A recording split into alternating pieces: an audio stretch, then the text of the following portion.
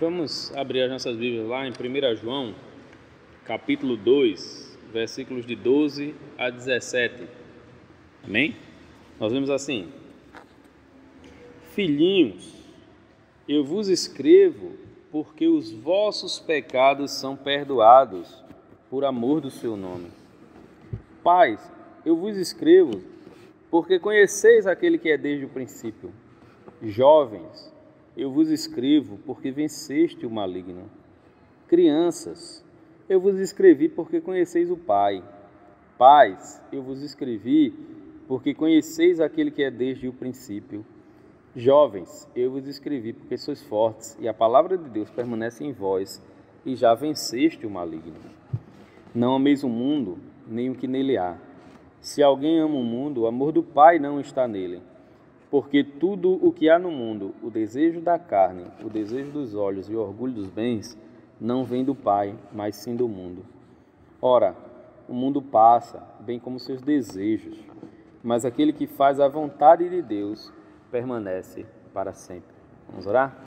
Pai, em nome de Jesus, muito obrigado pela Tua palavra, que é viva, que transforma as nossas vidas dia a dia. Derrama, Senhor, da Tua graça, fala aos nossos corações, nos ajuda a sermos mais parecidos com o Senhor Jesus. É o que te pedimos e te agradecemos, em nome dEle. Amém. Um pombo que certa vez, para se alimentar, ele resolveu descer até um monte de lixo. E para sua tristeza, enquanto ele ciscava ali naquele lixo, uma de suas pernas acabou sendo enroladas ali por uma fita de plástico. E ele não conseguiu retirar aquela fita de plástico que enrolou-se na uma das suas patas ali. E ele então ficou com dificuldade para voar por conta daquela fita agarrada na sua pata. Então ele acabou ficando isolado lá no alto do sobrado, até que ele se enroscou numa antena de televisão. Ficou enroscado ali naquela antena de televisão, um bom tempo pendurado, se batendo, sem que ninguém pudesse socorrê-lo. Então, quando percebeu-se, aquele pássaro já estava morto. Ele estava morto porque foi ciscar no lixo, né? Quando um crente resolve que vai se meter no lixo do mundo, certamente o que ele vai encontrar é uma verdadeira armadilha, né? Que o vai prender distante de Deus. Então isso ocorre pelo fato de começarmos a deixar de amar a Deus e passarmos a amar as coisas do mundo, o mundo e as coisas que existem no mundo. Então o apóstolo João, ele está nos ensinando sobre o caminho de Deus, né? Nós vimos a semana passada falando sobre o caminho da luz, porque Deus é luz, e João nos ensina isso, né? O caminho de Deus é um caminho de luz e não de trevas, porque Deus é luz e nele não há treva nenhuma. Então, para a gente conseguir seguir esse caminho de luz, nós não podemos ter dois amores, né? Como Jesus falou, depois a gente fala um pouquinho disso. Ou amamos o mundo, ou amamos a Deus. Sendo assim, o tema de hoje é amar a Deus ou amar ao mundo? Não é uma pergunta, nosso tema em forma de pergunta. Amar a Deus ou amar ao mundo? Obviamente nós já sabemos a resposta. Como cristãos, nós precisamos amar a Deus. Mas como é que João nos apresenta isso? Por que é que nós, como crentes, não podemos amar o mundo? Nós não podemos amar o mundo exatamente pelo que nós somos. O que é que nós somos? Redimidos em Cristo, salvos em Cristo. Então, por isso, nós não podemos amar o mundo. Veja, esses versículos de 12 a 14, eu até vi num comentário que ele é escrito em forma de poesia, como se fosse uma poesia. Diz assim: Filhinhos, eu vos escrevo porque os vossos pecados são perdoados por amor do seu nome. Pais, eu vos escrevo porque conheceis aquele que é desde o princípio. Jovens, eu vos escrevo porque venceste o maligno. Crianças, eu vos escrevo porque conheceis o Pai. Pai, eu vos escrevi porque conheceis aquele que é desde o princípio. Jovens, eu vos escrevi porque sois fortes e a palavra de Deus permanece em vós e já vencestes o maligno. Veja, aqui ele não está falando exatamente para os pais, para os filhos, para as crianças. O apóstolo João está se referindo a toda a igreja nos níveis de maturidade da igreja. Por exemplo, quando ele fala pais, ele está falando para aqueles mais experimentados na fé. Quando ele fala jovens, ele está falando daqueles mais recentes, né? Crianças, daqueles que precisam de um cuidado maior. Mas a referência aqui é a toda a igreja. É toda a igreja que ele está falando. Ele diz assim, a primeira coisa que ele nos lembra aqui é o seguinte, de quem nós somos. Primeiro, todos tivemos os nossos pecados perdoados por Cristo. Filhinhos, eu vos escrevo porque os vossos pecados são perdoados por amor do seu nome. Como crentes, João nos lembra que todos os nossos pecados foram perdoados e por isso a gente deve amar a Deus e não ao mundo. Porque todos os nossos pecados foram perdoados. Já lá em 1 João 9, ele diz que se a gente confessar os nossos pecados, né, Deus é fiel e justo para perdoar os nossos pecados e nos purificar de toda injustiça. No início do capítulo 2, ele fala que nós temos um advogado, ele escreve para que a gente não peque, mas se por acaso a gente pecar, a gente tem um advogado, que é Jesus, que defende a nossa causa, porque Satanás perdeu o lugar de acusador diante daquele que foi lavado pelo sangue de Cristo. Então, uma vez que nós entregamos a nossa vida a Cristo, todos os nossos pecados foram perdoados e o caminho que nos resta seguir é o caminho da luz, é o caminho de Deus. E aí ele continua, ele diz, pais, eu vos escrevo porque conheceis aquele que é desde o princípio. Ora, ele nos lembra que nós conhecemos a Deus. Enquanto que as pessoas no mundo vivem distantes de Deus, nós conhecemos a Deus. E se a gente pensar na realidade de João, onde o culto máximo ali era o culto ao imperador, mas tinham diversos outros cultos a diversos outros deuses, né? Algumas cartas que foram escritas, Éfeso, Corinto e tal, eram para cidades onde tinham templos famosos, né? Que as pessoas visitavam e adoravam ali os diversos deuses, mas João está dizendo para os irmãos, olha, vocês conhecem a Deus. Ele perdoou os vossos pecados, vocês o conhecem.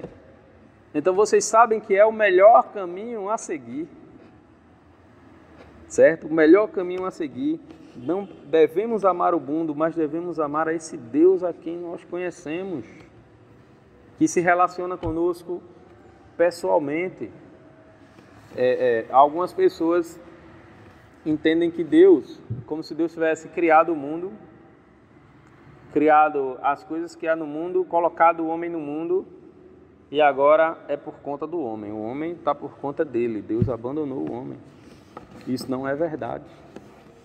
Isso não é verdade. Deus se relaciona conosco.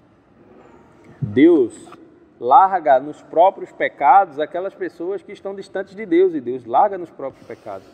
Mas nós conhecemos a Deus.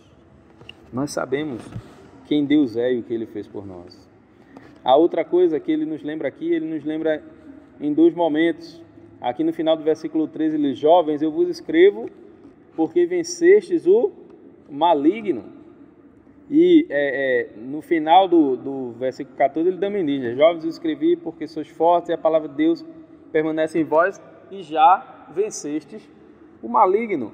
Então ele nos lembra que Satanás é derrotado diante do servo de Deus, não pela nossa força, né?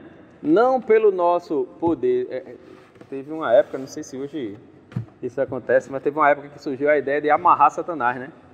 Então todo mundo amarrava o diabo. Tá amarrado. A gente não tem poder para fazer isso, né?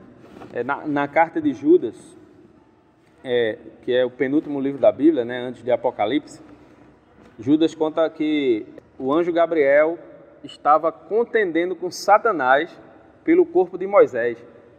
Satanás queria usar ali o corpo de Moisés para alguma coisa, né, que a Bíblia não revela, mas Satanás estava querendo ali se apossar do corpo de Moisés. E o anjo Gabriel não deixou. Mas veja só, o anjo Gabriel, ele não ousou dizer nada contra o diabo. Ele disse assim: que o Senhor te repreenda. Como é que às vezes vem irmãos aí se achando os maravilhosos, fantásticos, poderosos, né? E tentam achar que tem essa força toda. Por quê? Porque não está em nós. A força está em Deus, está em Cristo que habita em nós. Então, nós vencemos o maligno. Ele não tem mais domínio sobre a nossa vida. Isso não significa dizer que a gente não peca, né? Que a gente luta contra o diabo, contra a carne, que somos nós mesmos, contra o mundo. São os principais inimigos. Mas a gente não é mais derrotado. Em Cristo nós somos mais que vencedores. Então, nós já derrotamos o maligno. E João nos lembra disso. Outra coisa, ele diz, no começo do versículo 14, crianças, eu vos escrevi porque conheceis o Pai. Deus é o nosso Pai, amoroso, cuidadoso, que toma conta de nós em todos os momentos. E nós conhecemos a Ele. E João nos mostra isso.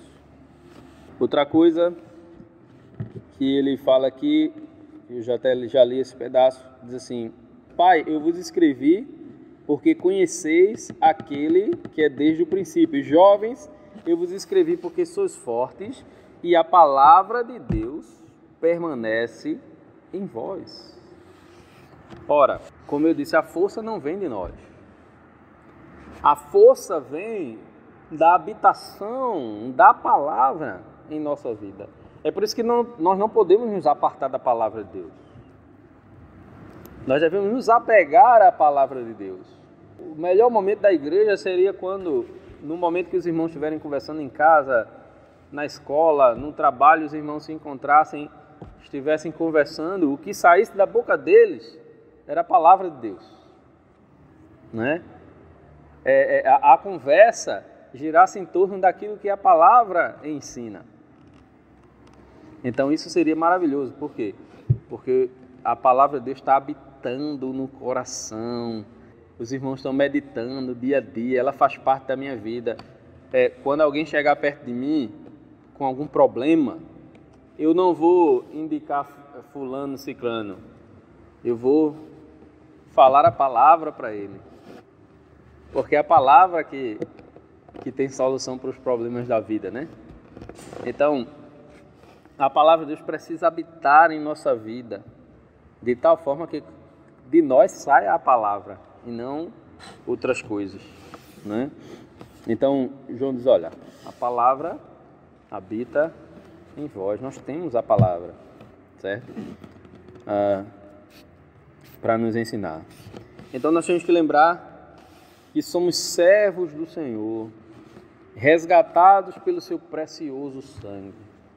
E por isso, não podemos amar o mundo, nós precisamos amar a Deus.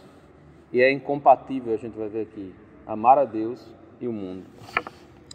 Certo? Então, como servos de Deus, somos resgatados pelo seu precioso sangue e por isso servimos e amamos ao nosso Deus. Segunda coisa, quem escolhe amar o mundo não é de Deus. E aqui não tem meio termo, não.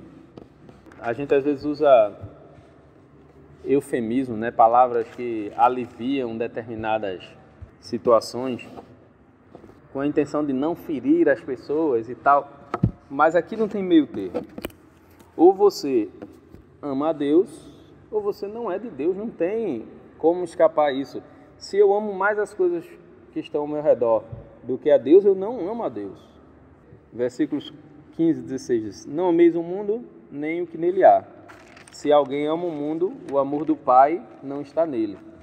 Porque tudo que há no mundo, o desejo da carne, o desejo dos olhos e o orgulho dos bens, não vem do Pai, mas sim do mundo. Não podemos amar nem ao mundo, nem as coisas que há no mundo. Não podemos dedicar a nossa vida para as coisas desse mundo. Obviamente a gente precisa trabalhar, a gente precisa estudar, né? A gente precisa viver a nossa vida. Não se trata disso.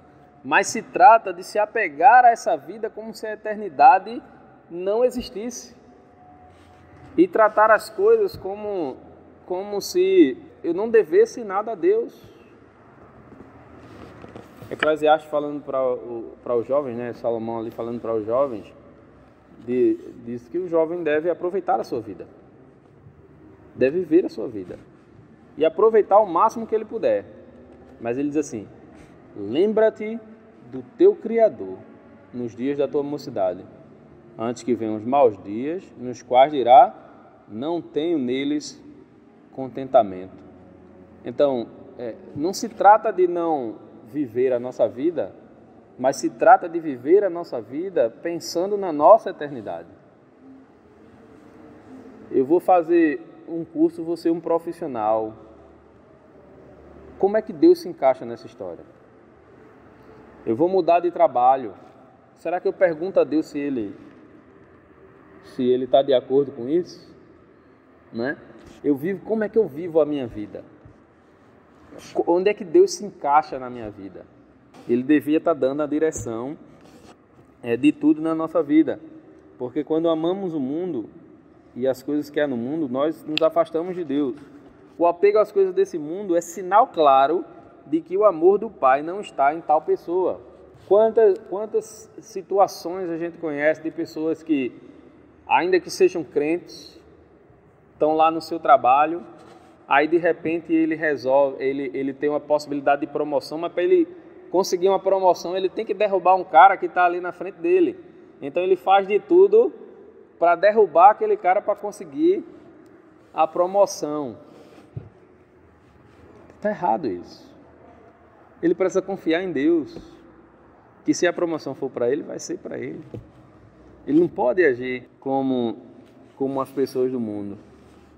Quantos crentes nesse mundo da rede social agora estão querendo ser famosos, seus 15 minutos de fama, né? E aí esquece tudo que a Bíblia ensina para agir de acordo com a sociedade moderna, para poder ganhar os views e os likes e os comentários e poder achar que aquilo lhe faz feliz. Nós temos que entender que para o crente, o que faz o crente feliz é o amor de Deus na sua vida. Então, amar ao mundo é viver pelos prazeres da carne. Veja, o versículo 16 diz, porque tudo que há no mundo, aí ele faz uma relação aqui. Primeiro, desejo da carne. Em alguns aí deve ser a concupiscência da carne, né? Concupiscência dos olhos e a soberba da vida. Concupiscência são desejos desenfreados, né? Desejos que nos levam a pecar. Os próprios desejos desenfreados já são pecado. Então, viver pelos prazeres da carne. Eu só sou feliz quando eu alimento a minha carne. Isso está relacionado, por exemplo, a prazeres sexuais desenfreados. Mas não só isso, glutonaria é uma forma de prazeres da carne. Aquele desejo de se colocar naquele padrão de beleza inalcançável. Eu lembro sempre de um comercial, acho que da Dove, eu acho, que eles colocaram uma modelo, bonita já, a mulher, e aí aceleraram a câmera assim, né, ela sendo maquiada, e aquela mulher que já era bonita, depois que deram assim todo o trato da maquiagem, as irmãs sabem aí muito melhor do que eu, ainda era muito mais bonita do que ela sem a maquiagem, mas ainda não estava perfeita. Precisava passar por um efeito de computador para diminuir as maçãs do rosto, alongar o pescoço, não sei o quê. Aí a moral da história aqui é a seguinte: o padrão de beleza do outdoor é inalcançável. Porque quando você se arruma para ir para uma festa, você não pode ir para o Photoshop, né? Não tem Photoshop para fazer você chegar na festa lá. Então, o padrão é inalcançável, mas tem gente entrando em depressão, né? Tem gente aí com bulimia, anorexia, mesmo de coisa, por conta desse padrão, que é inalcançável. Então, eu costumo dizer, os irmãos já me viram dizer, o comportamento de muitos crentes na rede social, que coloca um versículo e uma foto sensualizando. E diz assim: eu amo a Deus. Não ama a Deus. E aqui, de uma certa forma, é um julgamento, né? Mas é uma avaliação a partir do comportamento que a gente vê na sociedade atual. Não ama a Deus, ama a si mesmo, ama a sua própria imagem. Eu já compartilhei com os irmãos, eu mesmo pregando, agora nesse momento de pandemia, aparecendo no vídeo, as primeiras pregações eu tinha que me segurar para não ficar, eita, isso aqui, preocupado com a minha imagem. Isso não deve ser o principal, porque a glória tem que ser para Deus. A gente não pode viver simplesmente pelos prazeres da carne. Amar ao mundo é também cobiçar o que o mundo pode dar, porque tudo que há no mundo, o desejo da carne e o desejo dos olhos, aquilo que entra pelos nossos olhos, que nos fazem querer ter o que nós não podemos ter. Quantos cristãos ocupam toda a sua semana trabalhando porque precisam de mais dinheiro e mais dinheiro e mais dinheiro, porque ele está comprando tanta coisa que às vezes ele nem precisava. Então ele precisa trabalhar muito e aí nem vem para a igreja.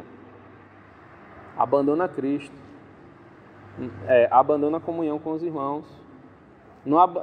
Ele não se sente desviado, né? Ele não se sente desviado da igreja. Ah, mas eu estou ocupado, estou trabalhando.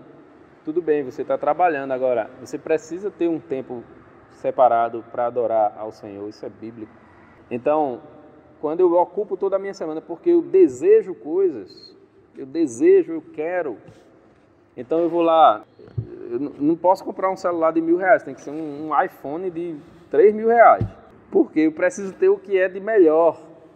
Hoje a gente tem a oportunidade de ter acesso, né? Há anos atrás, os pobres não tinham acesso a essas coisas, né? Hoje a gente tem a oportunidade de ter acesso, mas isso tem um custo, e o custo especialmente do nosso tempo, onde a gente deixa de dar tempo a Deus para dar tempo ao mundo por conta daquilo que a gente cobiça com os nossos olhos, a gente vê, o outro tem, por que é que eu não posso ter? Né? Fulano tem, por que é que eu não posso ter? E aí a gente vai tentar correr atrás. O amor ao mundo, né, é se orgulhar pelo que tem e não pelo que é. Mais uma vez o versículo 16, porque tudo que há no mundo, desejo da carne, desejo dos olhos e o orgulho dos bens. Quando nós nos orgulhamos pelo que nós temos e não pelo que nós somos, a gente está muito distante de Deus. Recentemente teve o caso lá do desembargador, né? Foi parado pelo guarda. Ele estava sem máscara na cidade que ele estava, dava multa, né? O guarda pediu para ele encarecidamente colocar a máscara, e qual foi a resposta dele? Você por acaso sabe com quem está falando? E isso no Brasil não é novidade, né? A gente sabe muito bem que quando as pessoas têm uma besteirinha a mais, aí já se acham o rei da cocada preta, agora ele está por cima e pode mandar nos outros. E quando eu me orgulho daquilo que eu tenho, ao invés de me orgulhar daquilo que eu sou, então quer dizer que a minha atenção, os meus desejos, tudo está por ter mais. Uma coisa que que tem acontecido e tem sido muito difícil é a quantidade de líderes religiosos envolvidos em corrupção, em outras coisas aí. E essa semana foi preso um pastor aí, ex-candidato a presidente, né, do Brasil, que carrega no nome pastor, né? Isso é pesado demais. Isso é pesado demais. E por que é preso? Porque está preocupado com o ter e não com o ser. Está preocupado em ter mais dinheiro no bolso, em ter mais coisas, em ter mais posses, em vez de ser mais para Deus, né? Então, todas essas coisas não vêm de Deus. Não vem de Deus os prazeres da carne, não vem de Deus a cobiça do mundo, não vem de Deus simplesmente o fato da gente ter mais do que ser. Até o Tiago, a carta de Tiago, ele fala um pouquinho sobre isso, que os crentes muitas vezes não têm as orações respondidas. Por quê? Porque pede para os seus próprios prazeres. Ah, Senhor, me dê um carro, um carro do ano, assim, assado, tal. Aí a gente já quer, em vez de a gente dizer, Senhor, eu preciso de um carro, o Senhor sabe, eu quero colocá-lo à disposição da tua obra, e tal, né? A gente quer luxo, né? E Deus nunca prometeu a gente luxo. Para algumas pessoas Ele dá mais, para outras Ele dá menos. Ele sabe muito mais que nós. Então nada disso vem de Deus. Não há como servir a dois senhores. Mateus 6:24, né? Não, a gente não pode servir a dois senhores, porque a gente há de aborrecer a um e amar o outro. E nesse caso, se a gente quer estar na igreja, mas também no mundo, a gente vai desagradar a Deus e agradar o diabo. A gente não vai agradar a Deus. Não há como estar em cima do muro. Alguém já disse que o muro era do diabo, né? Então quem está em cima do muro está servindo ao diabo. A gente tem que estar integralmente no Senhor.